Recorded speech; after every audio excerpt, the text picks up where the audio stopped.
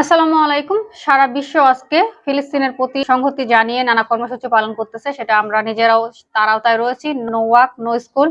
আজকে কেউ কর্মসূচি দিয়েছে বাংলাদেশের স্টুডেন্ট এবং সব ধরনের জনসাধারণ, স্কুল, কলেজ, সাধারণ জনগণ এবং বিভিন্ন জনগোষ্ঠী তারা তাদের মতো করে সংহতি জানাচ্ছে ফিলিস্তিনের প্রতি।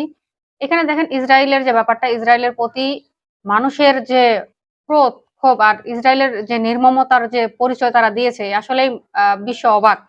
আমি জানি না এখানে মানবাধিকার কোথায় গেল এবং বিশ্ব মানবাধিকার যে কর্মী যা বিশ্ব মানবতার দরজা সেটা কি বন্ধ হয়ে গেছে কিনা সেটা নিয়ে একটা প্রশ্ন। যাই হোক, সব মিলিয়ে ফিলিস্তিনের প্রতি অনেক দোয়া, আল্লাহ তাআলার কাছে বিচারটা দিলাম। যেহেতু এখনো, তবে ইতিমধ্যে দেখা যাচ্ছে যে অনেক নতুন দেশ, মুসলিম দেশ ইসরায়েলের বিরুদ্ধে যুদ্ধে নামার ঘোষণা দিয়েছে এবং যুদ্ধে নামবে।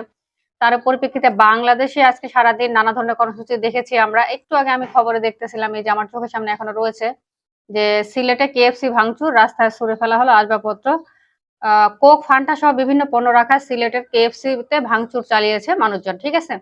শুধুমাত্র এই কেএফসি না, বাংলাদেশের যত রেস্টুরেন্ট রয়েছে, বড় বড় রেস্টুরেন্ট বলেন, মিডিল লেভেলের যে রেস্টুরেন্ট বলেন, সব জায়গায়, রেস্টুরেন্ট গুলাতে, বড় বড় রেস্টুরেন্ট গুলাতে সব জায়গায় বিশেষ করে ইসরায়েলি পণ্যের মানে ড্রিঙ্কস, সফট ড্রিঙ্কস বা পানীয় জাতীয় যে খাবার, পানীয় যে দ্রব্য সবগুলাই একবারে বিদেশিদের ইসরায়েলি পণ্য দিয়ে ভরা। সেখানে বাংলাদেশের কোনো কিছু খুঁজেই পাবেন না, এমন একটা অবস্থা। তো চিন্তা করে দেখেন, এটা আমাদের নিজেদের চোখে দেখা। ঠিক আছে? এখন এটা কিন্তু না। বিষয়টা হলো ইসরায়েলি পণ্য বয়কটের যে দাগ বরাবরই আসে, এর আগে অনেকবার অনেক ক্ষেত্রে এসেছে, নতুন করে আবার এসেছে। এখন ইসরায়েলি পণ্য বয়কটের দাগ আমরা বারবার দিচ্ছি, সেটা আসলে অ্যাকচুয়ালি আমরা করতে পারছি না। ইসরায়েলি পণ্য কি আদৌ বয়কট করা সম্ভব হচ্ছে? মানুষজন কি আদৌ সচেতন হচ্ছে কিনা সেটা একটা বিষয়। আমরা ইসরায়েলি পণ্য বয়কটের ডাক দিলাম, প্রতিটা দোকানে, রেস্টুরেন্টে, হোটেলে যেখানে যাবেন আপনি ইসরায়েলের যে ড্রিঙ্কস সেটা দিয়ে ভর্তি। কোথাও আপনি বাংলাদেশের গুলো তো খুঁজে পাবেন না। এমন এমন রেস্টুরেন্ট আছে যেখানে গেলে আপনি যদি মজার কথা বলেন বা বাংলাদেশে কোনো একটা সফট ড্রিঙ্কস এর কথা বলেন, সেটা তাদের রেস্টুরেন্টে নাই।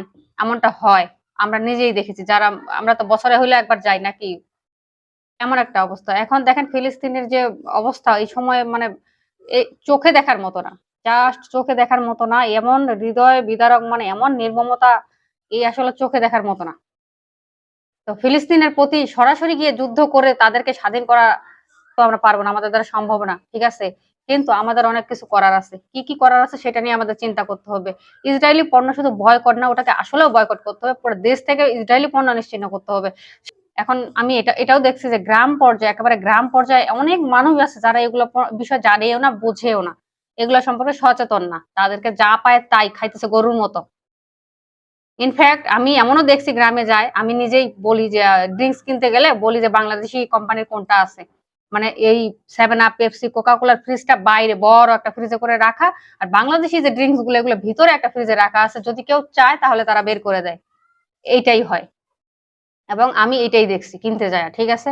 তো আমরা বয়কট, দোকান, রেস্টুরেন্ট থেকে শুরু করে যেখানে যেখানে ইসরায়েলি পণ্য আছে, বা এটা কিভাবে করা যায় সফল, এই ইসরায়েলি পণ্য একবার নিশ্চিহ্ন করা যায় কিভাবে বাংলাদেশ থেকে, সেটা নিয়ে যদি আমাদের ছাত্র জনতা হোক বা জনতা কাজ করে, আমরা সবাই মিলে আপনাদের পাশে আছি। আমরা চাই ইসরায়েলি পণ্য বাংলাদেশ থেকে একবার নিশ্চিহ্ন হয়ে যাক। আমরা খাবো না ইসরায়েলি পণ্য, ব্যবহার করব না।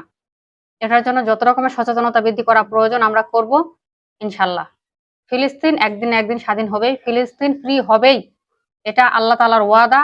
আল্লাহ তাআলা তার ওয়াদা রাখবেনই, ইনশাল্লাহ।